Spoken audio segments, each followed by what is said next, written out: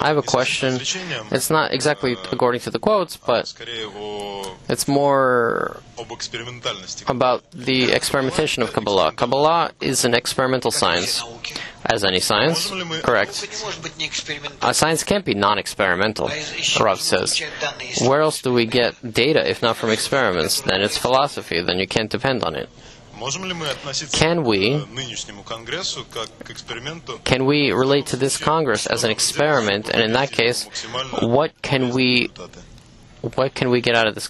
What can we do to get the best results from this experiment? Once again, I repeat, Rav says that Kabbalah is just like any science. Any true science is based only on experiment. We are existing in our world.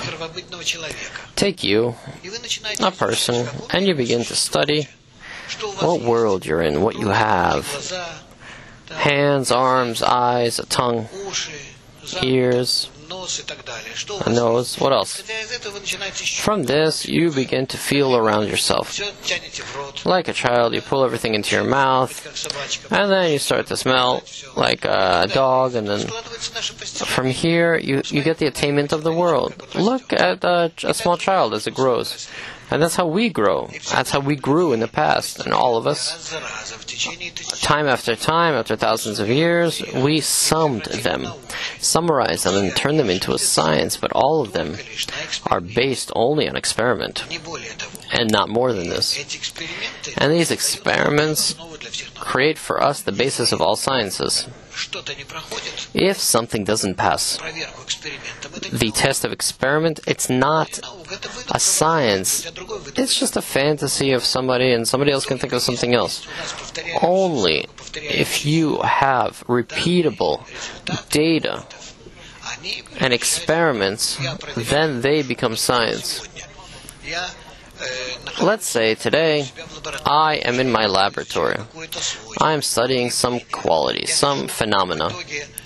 I write, as a result, an article in a scientific journal that says this thing, observed by me, performed the following way and did the following thing. So I wrote an article, and then they're tested in other laboratories, in other places, and they write their responses. Yes, yes, no, no. And from here you have science. That's how it was for thousands of years. No, of course, without the internet, without journals, perhaps, but this is how it all formed. Today,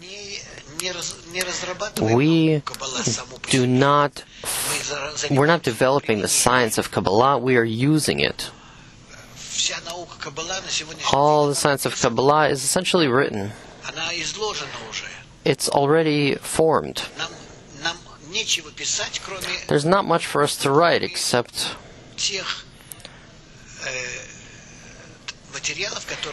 that material that we write in order to help ourselves and the people like us. So let's say there's some sort of upper physics, and then it's written for students, for kids, for hobbyists, and all of those people.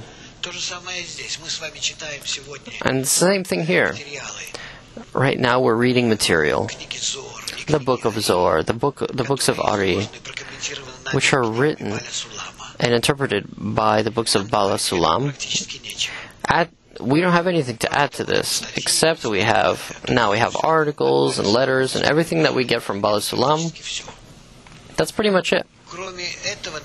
Besides this, we can do only one thing, that which we observe, that which we see on ourselves. About this, you can write for it to be easier for the people that come with us or come after us. So we're not developing this science, we're sort of adapting it to those people who will come to it. What I mean, the friend asks, is the experiment of studying yourself. Now, yes, Rav says, each of us is a Kabbalistic scientist in that he puts an experiment upon himself and feels upon himself the application of Kabbalah, its results, its correctness. Perhaps 30 years ago I read the book of Shamati. 30 years ago I read this. Everybody knows this book that studies with us. From there I understood maybe, I don't know,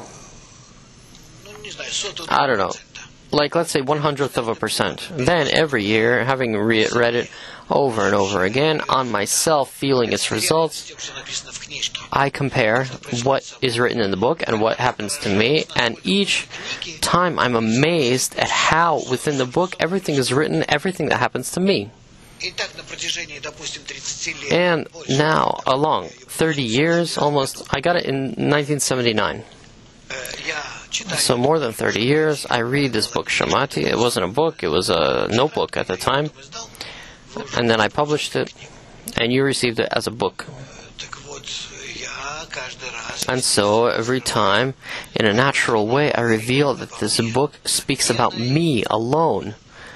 And in 10 years, it'll reveal itself for me as a source in which everything about me is written. Everything.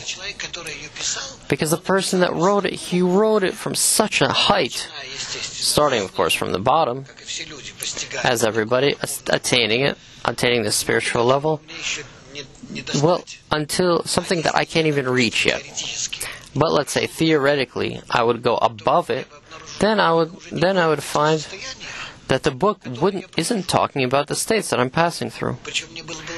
And it would be clear to me, I would clearly see that, let's say, the book is on this level, and that's it. And onward, he doesn't attain it. And we see this, by the way, in some Kabbalistic authors. This doesn't diminish them at all. They wrote until the level which they attained, and just like everybody else. On the other hand, what right do we have to interpret, to add after such great Kabbalists that were?